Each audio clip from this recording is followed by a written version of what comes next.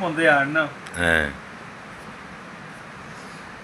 ਉਦੋਂ ਇਹ ਨਹੀਂ ਵੀ ਹਾਈ ਤਾਂ ਹਰ ਪਿੰਡ ਦੇ ਵਿੱਚ ਹਕੀਮ ਇੱਟ ਪੱਟੋ ਤੇ ਹਕੀਮ ਨਿਕਲਿਆ ਖੋਤਾ, ਇੱਟ ਪੱਟੋ ਤੇ ਡਾਕਟਰ ਨਿਕਲਿਆ ਖੋਤਾ ਹੈ। ਹਰ ਘਰ ਦੇ ਵਿੱਚ ਡਾਕਟਰ ਹੈ। ਉਸ ਵਕਤ ਦੇ ਵਿੱਚ ਉਹ 5-7 ਪਿੰਡ ਦਾ ਪਿੰਡ ਬੰਦਿਆਂ ਨੂੰ ਜਾਣਾ ਪਾਉਂਦਾ ਹੈ ਤੇ ਹਕੀਮ ਲੱਭਦਾ ਹੈ।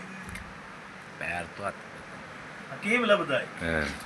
ਖੈਰ ਇੱਕ ਹਕੀਮ ਆਈ, ਉਹਦੇ ਕੋਲ ਇੱਕ ਮਰੀਜ਼ ਆਇਆ ਕਿਸੇ ਮਰਦ ਵਾਸਤੇ ਦਵਾਈ ਲੈਣ ਵਾਸਤੇ। ਉਹਨੂੰ ਉਸ ਟਾਈਮ ਦਿੱਤਾ ਵੀ ਤੂੰ ਫਲਾਣੇ ਤੇ ਆ ਜਾਵੀਂ, ਤੇਰੀ ਮੈਂ ਦਵਾਈ ਬਣਾ ਕੇ ਰੱਖ ਲਈ ਸੀ। ਤੇ ਹਕੀਮਾਂ ਦੀ ਆਦਤ ਹੁੰਦੀ ਆ ਇਹ ਕਿ ਜਿਹੜੀ ਵੀ ਕਿਸੇ ਮਰੀਜ਼ ਵਾਸਤੇ ਦਵਾਈ ਬਣਾਉਣੀ ਉਹ ਤੂੰ ਪਹਿਲੇ ਆਪ ਵੀ ਖਾ ਲੈਣੀ ਹੈ, ਚੈੱਕ ਕਰਨ ਵਾਸਤੇ, ਮੁੜ ਉਸ ਹਕੀਮ ਮਤਲਬ ਮਰੀਜ਼ ਨੂੰ ਵੀ ਦੇਣੀ। ਫਿਰ ਉਸ ਹਕੀਮ ਸਾਹਿਬ ਦਵਾਈ ਬਣਾ ਕੇ ਰੱਖ ਲਈ। ਉਹ ਜਦੋਂ ਟਾਈਮ ਦਿੱਤਾ ਸੋ ਮਰੀਜ਼ ਨੂੰ, ਮਰੀਜ਼ ਜਿਵੇਂ ਉਸ ਵਕਤ ਆ ਗੋੜੀਆਂ ਦਾ, ਅੱਜ ਤਾਂ ਮੁੜ ਹਰ ਸ਼ਾਇਦ ਮੋਟਰਸਾਈਕਲ ਮਤਲਬ ਇਹੋ ਜਿਹੀ ਸਵਾਰੀਆਂ ਨੇ, ਉਦੋਂ ਘੋੜੇ ਹੁੰਦੇ ਹਨ। ਵਾਢਾ ਮਤਲਬ ਇੱਕ ਦੂਸਰੇ ਤੀਸਰੇ ਪਿੰਡ 'ਚ ਉਹ ਮਰੀਜ਼ ਆ। ਗਰਮੀ ਦਾ ਮੌਸਮ ਆਈ ਤੇ ਜਿਹੜਾ ਹਕੀਮ ਸਾਹਿਬ ਆ ਉਹਦਾ ਉਹ ਜਿਹੜਾ ਡੇਰਾ ਆਈ ਨਾ ਉਹ ਨਹਿਰ ਦੇ ਨਾਲ ਆਈ, ਤੇ ਅਕਸਰ ਨਹਿਰਾਂ ਦੇ ਨਾਲ ਰਜਵਾਇਆ ਵੀ ਹੁੰਦਾ ਹੈ। ਖੈਰ ਉਹ ਮਰੀਜ਼ ਆ ਗਿਆ, ਉਸ ਜੀ ਆ ਕੇ ਹਕੀਮ ਸਾਹਿਬ ਮੇਰੀ ਦਵਾਈ, ਹੋ ਸਕਿਆ ਯਾਰ ਦਵਾਈ ਤੇਰੀ ਮੈਂ ਬਣਾ ਛੱਡੀ ਹੈ ਤੇ ਮੈਂ ਤੈਨੂੰ ਦੇਣਾ ਬਹਿ ਗਿਆ। ਉਸ ਘਰ ਬਵਾਇਆ, ਉਹਨੂੰ ਪਾਣੀ ਛਾਣੀ ਪਿਵਾਇਆ, ਦਵਾਈ ਲਿਆਂਦੀ। ਉਹ ਤਾਂ ਕਿਹਾ ਭੈਣ ਜੀ ਕਰ ਵੀ ਤੂੰ ਇੱਕ ਖੁਰਾਕ ਹੁਣ ਲੈ ਲਾ, ਇੱਥੇ ਮੇਰੇ ਕੋਲ ਹੀ ਖਾ ਲੈ, ਬਾਕੀ ਇਸ ਰੂਟੀਨ ਨਾਲ ਘਰ ਖਾਂਦਾ ਰਵੀਂ।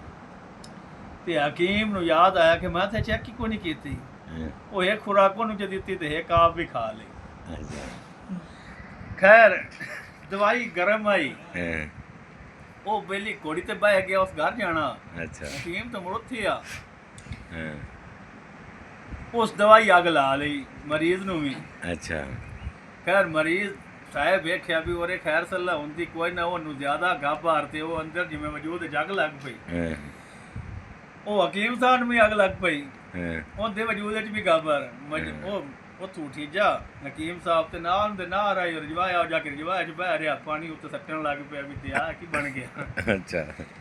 ਉਦੋਂ ਜੀ ਮਰੀਜ਼ ਸਾਹਿਬ ਹੋਰਾਂ ਵੀ ਗੋਲੀ ਪਿੱਛੇ ਨੂੰ ਬਜਾ ਲਈ। ਉਹ ਆਇਆ ਡੇਰੇ ਤੋਂ ਪੁੱਛਿਆ ਹਕੀਮ ਸਾਹਿਬ, ਉਹਨਾਂ ਕਹੀ ਨਾਰ ਨੂੰ ਗਿਆ ਜੀ। ਖੈਰ ਉਹ ਨਾਰ ਲੱਗਿਆ ਤੇ ਹਕੀਮ ਸਾਹਿਬ ਰਜਵਾਇਆ 'ਚ ਬੈਠਾ ਆ। ਸਲਾਮ ਅਲੈਕੁਮ। ਵਾਲੇਕੁਮ। ਹੋ ਸਕਿਆ ਹਕੀਮ ਸਾਹਿਬ ਅੱਗ ਲੱਗੀ ਕੋਤੀ ਤੇ ਉਹ ਹੁਣ ਹਕੀਮ ਵਿੱਚ ਪਾਣੀ ਦੇ ਬੈਠਾ ਆ। ਉਦੋਂ ਅੱਖ ਸੱਟੇ ਪਾਣੀ ਅੱਖ ਕਿਹੜੇ ਬੈਠ ਕੇ ਉਹਨੂੰ ਅੱਗ ਨਹੀਂ ਲੱਗੀ ਹੋਈ, ਸਾਰਿਆਂ ਨੂੰ ਅੱਗ ਲੱਗੀ ਹੋਈ।